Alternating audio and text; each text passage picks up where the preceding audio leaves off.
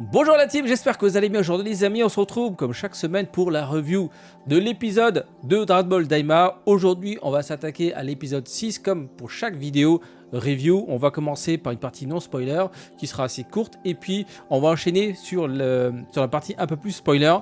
Du coup je vous dirai à quel moment on va commencer à spoiler. Avant de commencer, la VOD comme d'habitude, le petit pouce bleu si vous êtes nouveau, pensez à vous abonner, c'est gratuit et ça soutient la chaîne. Et n'hésitez pas à me suivre sur mes autres réseaux sociaux, notamment Twitch et mes autres chaînes YouTube, vous avez tous les liens dans la description. Pour la partie non spoiler, on est toujours dans cette phase de développement du lore, avec une intrigue qui se précise un peu plus. Là, on a... on va dire des informations, des révélations concernant certains personnages, surtout par rapport à leurs objectifs, même si on s'en doutait qu'il y avait des choses qui se tramaient. C'est vrai que pour l'instant on a du mal à voir encore la grande menace qui risque de mettre nos amis, nos héros dans une position de faiblesse. Pour l'instant, Goku est vraiment le plus fort. Du coup, j'ai pas l'impression de voir une menace. Voilà, il n'y a pas de menace pour l'instant pour Goku. D'ailleurs, on le voit dans l'épisode, c'est lui encore le plus fort. Donc voilà les amis, c'est tout pour la partie non spoiler. Développement du lore, un peu plus d'interaction entre les différents personnages, notamment avec Panzi, qui vient de rejoindre l'équipe. Donc ça progresse petit à petit, nous sommes à 6 épisodes sur 20. J'avoue qu'il serait temps de commencer à mettre nos héros en danger. Pour l'instant, je vois vraiment pas le moindre danger par rapport à cet arc narratif Dragon Ball Daima. Ok, ils sont plus petits, enfin Goku est revenu enfant, ainsi que les autres héros, mais malgré tout, Goku reste beaucoup trop fort par rapport aux autres antagonistes et autres protagonistes. Donc voilà les amis, on va partir maintenant sur la partie spoiler. Donc si vous n'avez pas vu encore l'épisode, je vous invite à quitter la vidéo. Mais avant de partir, mettez un petit pouce bleu. Pensez aussi à vous abonner pour ne pas rater les prochaines vidéos. Alors, pour la partie spoiler, on va revenir sur certains points. Voilà, on apprend que Kaioshin ne gagne pas de thunes en ayant le rôle de dieu. Comme quoi, hein. c'est pas super très rentable. Mais voilà, on a un avantage d'interaction entre nos différents protagonistes. Alors, certains ont un peu pesté sur l'aspect pipi caca de l'épisode. C'est vrai que Goku, par 2 fois, il a envie d'aller chier. Bon, je veux dire, c'est Toriyama. Je veux dire, dans Toriyama, dans une de ses œuvres, il y a Harale qui joue avec du caca, un caca au bout du bâton. Voilà, le caca est assez présent hein, en général dans l'œuvre de Toriyama. Enfin, pas aussi présent, mais je veux dire, la blague pipi caca, bon voilà, on retrouve son humour. Goku qui a besoin de se soulager. Alors, 2 fois dans le même épisode, bon, j'avoue que là, en même temps, quand tu vois ce qu'il mange, Panzi qui se révèle être une génie peut-être un peu trop prudente, elle ramène vraiment beaucoup trop d'affaires. Et c'est elle qui a provoqué la chute du vaisseau. Alors, chose intéressante, on découvre que malgré son statut de princesse, elle a un collier. Et ça veut dire beaucoup, ça raconte beaucoup de choses. Ça veut dire que dans le monde dans lequel elle évolue, malgré son rang, elle reste entre guillemets esclave d'un tyran. Donc ici, le démon Goma semble avoir la main mise sur sa population et leur soutire de l'argent, leur monnaie. Et s'ils ne sont pas en mesure de payer, on leur retire de l'espérance de vie. Donc le protagoniste Panzi a un intérêt à rejoindre notre équipe et aussi un intérêt à voir Goma. Se faire renverser. D'ailleurs, c'est elle qui est intervenue lorsque les villageois, les villageois d'un village, hein, je ne me rappelle plus du nom du village, se sont fait racketter par les sbires de Goma. Donc intéressant. Ensuite, beaucoup d'informations concernant l'origine de Kaioshin. D'ailleurs, Panzi a été interpellé par le fait que Goku l'appelle Kaioshin. là on découvre que Kaioshin est né dans un arbre. Et que les autres Kaioshin nés du même arbre sont ses frères et sœurs. Et donc ils sont tous frères et sœurs apparemment. Enfin, beaucoup d'entre eux sont frères et sœurs. Donc voilà, c'est vrai que quand on se dit ouais, Kaioshin a des frères et sœurs, on se dit bon, ça veut dire qu'ils ont des parents, c'est-à-dire qu'ils ont... Non, en fait ils viennent d'un arbre, voilà. Et du coup, Kaioshin, enfin il y a aussi Goku qui est interpellé, enfin qui finit par comprendre, ah c'est pour ça que tu ne fais que manger du liquide. Donc en fait, Kaioshin, oui c'est ça, Kaioshin. Donc le peuple des Glides sont des plantes, voilà. Un peu comme Piccolo en fait, hein. Alors c'est peut-être pour ça qu'ils ont les oreilles pointues comme Piccolo, je sais pas. Mais en tout cas, voilà, on découvre vraiment beaucoup de choses par rapport à l'origine de Kaioshin. Alors j'avoue que ça fait un peu bizarre d'avoir ces informations que maintenant, alors que Kaioshin a passé pas mal de temps avec nos différents héros durant l'arc-bout. Alors après tu vas me dire, est-ce qu'à un moment donné, ils ont pu se poser pour parler des banalités, genre ouais tu viens d'où toi en fait, hein, tu viens de cette ville, ah ouais c'est intéressant ça. Donc oui, on peut comprendre, même si bon, on voit que les dialogues sont un peu forcés pour justement développer ce qui a été introduit. C'est vrai que voilà, on nous a introduit plein de personnages, mais sans expliquer leurs origines en fait. Voilà.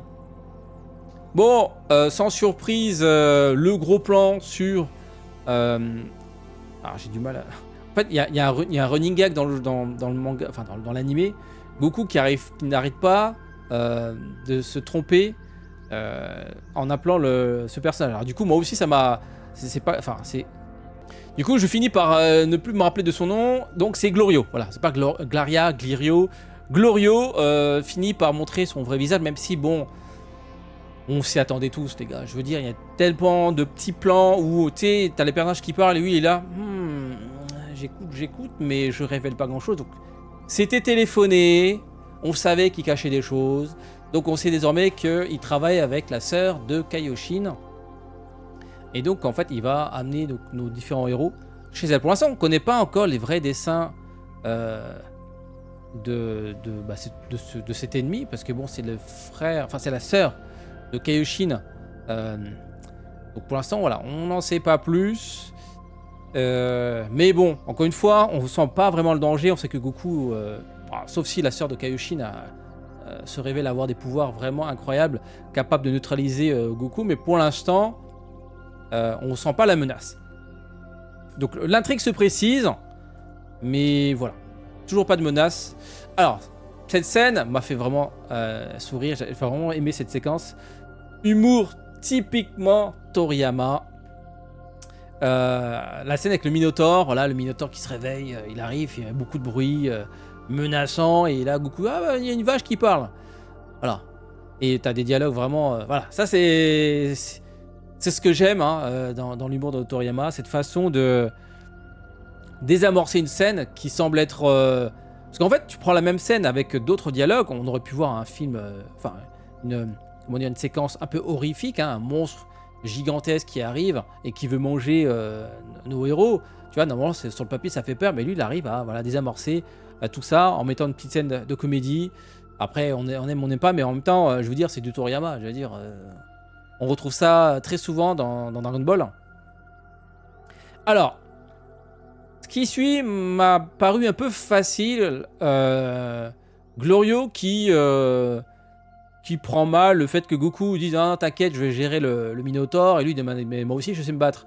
Alors du coup il se prend la tête, voilà. Enfin c'est plutôt Glorio qui a pris un coup dans son ego, il a dit non mais tu me sous-estimes, tu crois que je suis qui?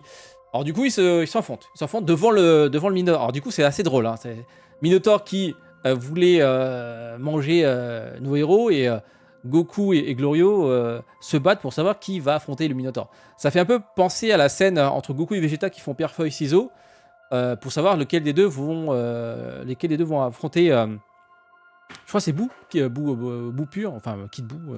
Enfin bref, vous avez compris. Il me semble que c'est durant l'arc-bout. Alors séquence assez magnifique avec beaucoup d'effets visuels. On découvre que Glorio n'utilise pas que le pistolet, hein, il a des pouvoirs magiques. Pouvoir magique qui semble mettre Goku forme de base dans des situations un peu délicates, mais voilà, une fois transformé, et en plus, quand SCJ1, alors par contre, tout le monde pensait qu'il allait passer SCJ2, parce qu'en fait, quand tu vois la forme des cheveux, on pourrait se dire, ah bah attends, mais c'est la forme du SCJ2, c'est juste qu'en fait, pendant la transformation, bah, ses cheveux montent et on avait l'impression de voir le SCJ2. Alors, ou sinon, il a tenté de passer SCJ2, parce que nous sommes dans l'arc-bout, hein. Normalement, Goku est capable de passer en SCJ2. Ou sinon, il y a eu un. Enfin, peut-être que le fait qu'il a rajeuni, son corps a rajeuni, peut-être qu'il n'est pas en mesure de se transformer en SCJ2 facilement. Voilà. Ceci expliquerait peut-être cela.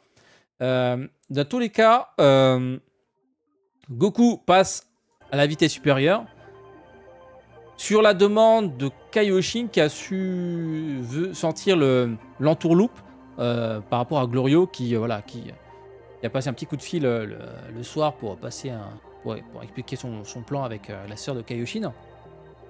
Bon, une fois transformé en Super Saiyan, bon voilà, il n'y a plus de combat. Goku qui neutralise l'attaque chargée de Glorio, et puis voilà, ça s'arrête là. Donc voilà, le problème pour l'instant, hein, c'est quelque chose qui est récurrent depuis les 6 épisodes, c'est qu'on a du mal à voir la menace. Goku est beaucoup trop fort. Tous les antagonistes qui ont voulu, ou même protagonistes qui ont voulu se mesurer à Goku, finissent par perdre. Donc pour l'instant, on n'a pas l'impression de voir un challenge pour notre héros. C'est un peu le défaut, pour l'instant, je trouve, de Daima. Après, il reste 14 épisodes, mais en même temps, comme j'ai dit, ça fait 6 sur 20. Enfin, 6 épisodes sur 20. Nous sommes pas loin du tiers. Hein. La semaine prochaine, ce sera le 7e épisode, donc on sera au tiers la semaine prochaine. Et donc là, il faudrait commencer à nous révéler des choses. Alors, c'est vrai qu'on ne sait pas grand-chose encore sur Goma. Enfin, on l'a vu rapidement au début, mais on ne sait pas s'il n'a pas des atouts dans sa manche. Il a toujours Dende sous le coude. Il peut très bien demander à Dende de créer des boules de cristal et demander un vœu spécifique pour le rendre plus fort. Et puis la sœur de Kaioshin, pour l'instant, on ne sait pas de quoi elle est capable. On sait qu'elle est sournoise, mais bon, ça veut dire quoi, sournoise? Est-ce que c'est vraiment un danger pour Goku? Bon, pour l'instant, Goku, en force pure, personne peut le rivaliser. Et on termine par l'annonce d'arrivée des prochains personnages, même si bon, on l'a tous vu dans les trailers et puis dans le générique aussi. Vegeta, Piccolo et Kibito arrivent dans le deuxième vaisseau. Alors ce plan a été très drôle. 3 personnages, les bras croisés, et en plus c'est les personnages les plus bavards dans une petite pièce, dans le vaisseau. On sent que voilà, ils vont beaucoup parler pendant le voyage, mais bon, le voyage a été écourté très rapidement parce qu'ils sont tombés en panne. Apparemment, il y a un souci. Alors je trouve un peu dommage comment l'épisode se conclut. Voilà. Est-ce que c'est vraiment... Enfin, pour moi, c'est pas un grand climax, hein, c'est juste que voilà, le vaisseau tombe en panne. On sait très bien que dans l'épisode suivant, ils vont être réparés parce qu'on le voit dans le générique, on les voit dans le monde des démons. Enfin, les 3 plus Bulma. Donc en fait, je trouve que soit comment il s'appelle? Soit le générique révèle trop. Du coup, en fait, voilà, on attend, on sait très bien ce qui va se passer. Soit le climax, je trouve qu'il est comment dire, il est pas réussi. Il aurait été plus intéressant de finir sur la sœur de Kaioshin, qui nous montre quelque chose capable de neutraliser Goku, ou qui nous montre quelque chose de menaçant. Pour l'instant, je vois vraiment aucune menace, et en plus, l'arrivée des renforts avec Piccolo, Vegeta qui, même s'il a un corps d'enfant, il fait des squats avec, je sais pas moi, 1000 kilos sur le dos, donc bon voilà, c'est des guerriers, davantage de guerriers pour comment dire, retrouver Goku et ses amis. Donc voilà les amis, dites-moi ce que vous en pensez. Encore une fois, vraiment, faut qu'ils nous montrent de véritables enjeux dramatiques. Pour l'instant, il n'y a pas d'enjeu dramatique. Voilà, Dende a été capturé, point. Il n'est pas en danger, vraiment. Je veux dire, il y a une nounou qui lui raconte des petites histoires. Voilà. Et en plus, Goma lui demande mais plus de cœur. Donc il faut vraiment que le petit comment dire apprécie l'histoire qu'on lui raconte. Donc vraiment, pour l'instant, voilà, c'est bon enfant. Alors c'est peut-être quelque chose qui est reproché parce qu'il y a beaucoup de gens qui disent ouais, mais moi je préfère Dragon Ball Z à Dragon Ball. Ouais, mais Dragon Ball Z, c'est Dragon Ball tout court de base. certes, on est loin de l'aspect combat. Alors, c'est peut-être aussi l'intérêt de cette œuvre. En tout cas, ça se dessine. Hein. Je veux dire, surtout que quand je vois les réactions de Goku, euh, la scène avec la langue sur le nez, l'aspect pipi caca, il dit voilà, il faut que j'aille aux toilettes, il se lave pas les mains. C'est vrai qu'on a plus l'impression de voir Dragon Ball que Dragon Ball Z. Donc après, je pense que l'œuvre va essayer de contenter les deux. Mais en tout cas, voilà, il y a vraiment... je veux dire, il n'y a rien à voir. Hein. Quand tu enchaînes Dragon Ball Z avec Daima, tu dis, mais waouh, qu'est-ce qui se passe là? Si tu enchaînes vraiment, hein, tu finis l'arc-bout avec le Genki Dama et tout. Après que tout le monde soit mort et tout, ils ont été ressuscités pour que Goku puisse terminer Kid Buu. Et là, on enchaîne sur comment dire, un arc assez gentillé. J'avoue que ça fait, ça fait un grand écart. Hein.